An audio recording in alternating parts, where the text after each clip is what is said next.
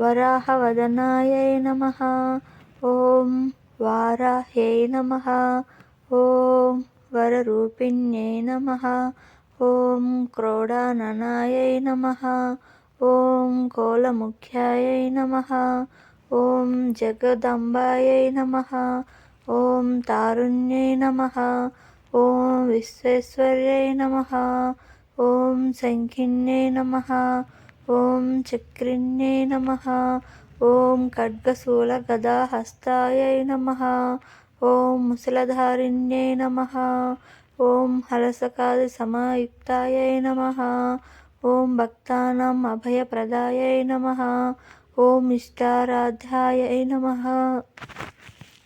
ॐ घोरायै नमः। ॐ महाघोरायै नमः। ॐ महामायै नमः। ॐ वार्ताल्यै नमः। ॐ जगदीश्वर्यै नमः। ॐ अन्धे अन्निन्धै नमः। ॐ रुन्धे रुन्धिन्यै नमः। ॐ जम्बे जम्भिन्यै नमः। ॐ मोहे मोहिन्यै नमः।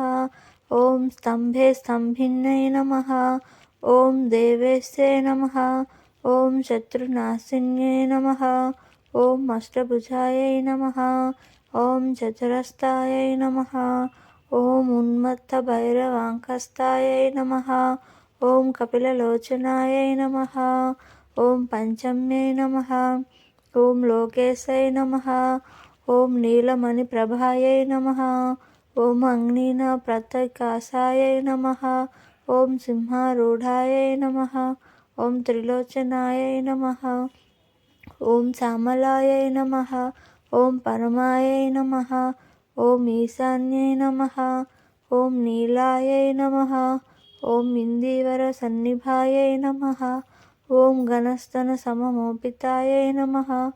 ॐ कपिलायै नमः। ॐ कलात्मकायै नमः। ॐ अम्बिकायै नमः।